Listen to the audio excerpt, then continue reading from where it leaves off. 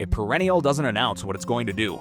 It sits in its little nursery pot at the garden center, roots coiled out of sight, looking exactly as harmless as the tag says it is. 10 of the plants sold right now as classic. Low-maintenance perennials are the same 10 that spend the next several years running underground, cracking through root barriers and resurfacing 3 beds over. None of them are illegal to buy. A few of them are technically illegal to sell, and one of them has already beaten every herbicide a university lab threw at it at double strength and grew right back. Fall is the best window all year to see exactly where the rest have spread and pull them before they set next year's problem. 10 of the most regretted perennials in the American yard, counted down from merely annoying to the one nothing on record has actually managed to kill. Number 10. Obedient plant. The name is doing some marketing. Physostygia virginiana earned it because the individual flowers on its spike can be pushed sideways and will stay wherever they're placed, an old trick florists used in arrangements. Nothing else about the plant behaves that way. Like most of its mint family relatives, it spreads through the bed by rhizome, and left alone it can fill 3 seasons worth of open ground with a colony that started as one small pot. It isn't classified as invasive since it's native to North America, so there's no legal issue here. Only a gardening one, and a spade clears it out in an afternoon once you catch it.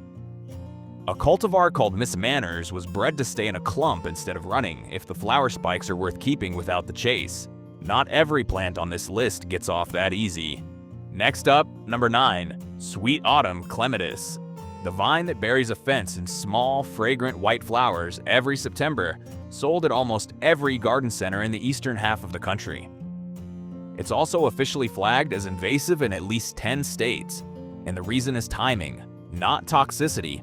One vine produces an enormous number of wind-dispersed seeds in the few weeks right after it finishes flowering, and by the following spring, seedlings are coming up in fence lines a quarter mile downwind. The fix is still just one afternoon. Prune the vine back hard within 3 to 4 weeks of the last flower, before the seed heads split open. Miss that single window though, and it's not just your yard anymore, it's the whole block's problem by spring. For the same fragrant vine without the seed count, native Clematis virginiana covers a fence just as completely and stays put. That's still a plant a calendar can control. The next one doesn't care what time of year it is. Now, number 8, bee balm. Almost every gardening magazine recommends it as the pollinator plant to add this year, and the reasoning is sound. Bees and hummingbirds genuinely work it hard, and the flower heads are some of the most photogenic blooms in a summer border. What the magazines leave out is what it looks like by August. Bee balm spreads by rhizome into a widening ring every season, and the center of that ring is exactly where powdery mildew shows up first, leaving a donut of grayish, crisping foliage around a still expanding green edge. There's a common workaround: switch to the native wild bergamot, but a multi-year Chicago Botanic Garden trial found the opposite of what everyone assumes. Wild bergamot was actually among the most mildew-susceptible Monarda species tested, not the most resistant.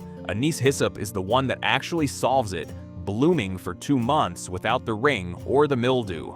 So even doing the responsible thing, going native, doesn't save this one. That's the last plant on this list where good intentions were ever going to be enough.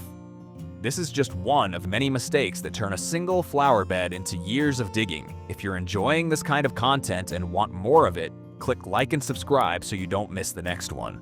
Okay, number 7, mint. Almost every gardener over 60 has planted mint directly in a garden bed at some point, usually because it seemed too useful and too small to cause a problem. It spreads by rhizome faster than almost anything else on this list, and once it's established in open soil, there's no partial fix, no timing trick, no pruning schedule, nothing that manages it halfway. The only real answer, and the one every extension office recommends without exception, is a container sunk into the ground to the rim if the in-bed look matters, since the pot wall is the only thing actually containing it. Mint planted straight into a bed isn't a mistake that shows up this year, it's one that shows up for the next decade. And unlike everything so far, the next plant on this list isn't just aggressive, it's against the law to even bring home. Time for number 6, Yellow Archangel. Silver green leaves marbled with cream, small yellow flowers, sold at big box garden centers as a shade-loving ground cover that fills in fast. What the tag doesn't mention is that Washington State has classified Yellow Archangel as a Class B noxious weed, making it illegal to buy, sell, or transport anywhere in the state. Because of what it does, once it leaves a garden bed, it escapes into nearby forests and greenbelts, spreading through the understory faster than native shade plants can compete with it. Every root fragment left in the soil resprouts, so pulling it once in early fall and calling it done just guarantees a second patch by spring. For the same silver marbled look without the legal status, wild ginger fills a dark corner just as well and stays exactly where it's planted. A banned plant is still just a spreading problem though. The next one turns into a poison problem instead. Number 5, lily of the valley. Small white bell-shaped flowers with one of the most recognizable scents in the whole perennial catalog, handed down from grandmother to granddaughter in yards across the country for generations. That multi-generational habit is part of the problem. A small patch planted decades ago has had all that time to spread by rhizome under a lawn, and by the time anyone notices, it's coming up on the far side of 100 feet of grass. The bigger issue is what the plant actually contains. Every part of it carries cardinalides, the same class of heart-affecting compound found in foxglove, and it produces small red berries every fall that are exactly the size and color that catch a toddler's attention. Pet poisoning cases from lily of the valley regularly show changes in heart rhythm, not just an upset stomach. For the same white spring blooms without the toxicity, foam flower fills the same shady corner and stays there. Toxic and slow spreading is bad enough. The next one skips slow entirely. Next we have number 4, plume poppy. 8-foot stalks of dramatic blue-green foliage topped with feathery cream plumes, sold as a bold architectural perennial for the back of a border. The first year, it looks exactly like the photo on the tag. By the second or third year, it's a different plant, an aggressive network of underground rhizomes spreading through nearby beds, especially in moist, fertile soil, resprouting from any root fragment left behind during removal. By the time it's pushing up in the middle of an established peony or hosta, the only real option left is digging out the neighboring perennials to save them from the plume poppy, not the other way round. For the same height and texture without the takeover, goat's beard delivers the same feathery plumes and stays exactly where it's planted. That's a plant that costs you your other plants. The next one costs you years. Number 3, comfrey. Bell-shaped purple flowers on a plant sold specifically to permaculture and organic gardeners as a beneficial herb. The leaves make excellent mulch. The roots pull nutrients up from deep in the soil, and none of that is wrong. What the pitch leaves out is what happens if a gardener ever wants comfrey gone. Its taproot regularly extends 3 feet or more straight down, and a fragment as small as half an inch left behind is enough to grow an entirely new plant. Which means most gardeners aren't managing comfrey for a season. They're managing it for years, since every attempt at digging it out tends to leave at least one piece behind.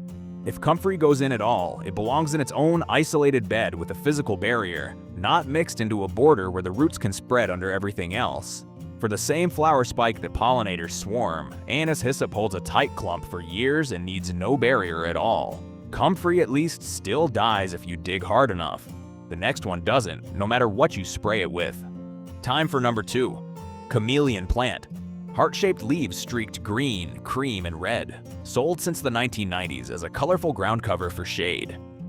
What's rarely mentioned at checkout is that a university study out of Purdue tested chameleon plant against 3 of the most common consumer herbicides, Roundup, Speed Zone, and Weed B Gone, at both label recommended strength and double that concentration.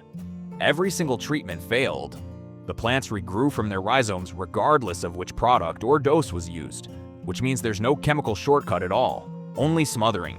Cutting the patch to the ground, covering it completely with cardboard or heavy black plastic weighted at the edges, and leaving it a full growing season before hand digging whatever resurfaces the following spring, a process that typically takes 2 full seasons to finish.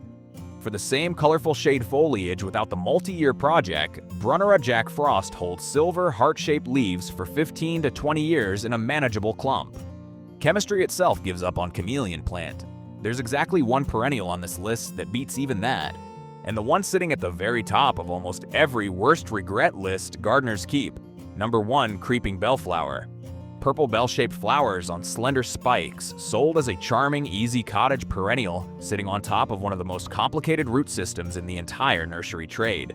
A combination of thick, tuber-like storage roots, horizontal rhizomes, and a web of fine feeder roots, all working together to survive removal. University extension research on the plant is blunt about it. New plants can form from root pieces as small as a fragment left behind by a shovel, and creeping bellflower has shown resistance to many of the herbicides gardeners typically reach for first. There's no one-season fix, no single afternoon, no container, no smothering trick that finishes it in one pass.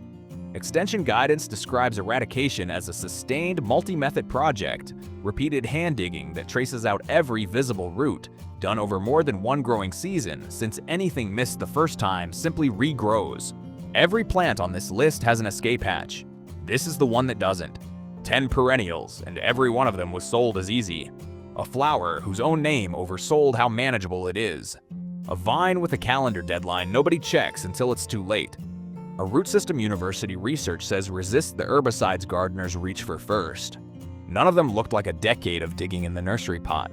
That's the actual pattern behind almost everything on this list. Not bad luck, not a black thumb, just a root system built to outlast the gardener who planted it. So of the 10 just covered, which one is already running through a yard right now, and which state is reading this from?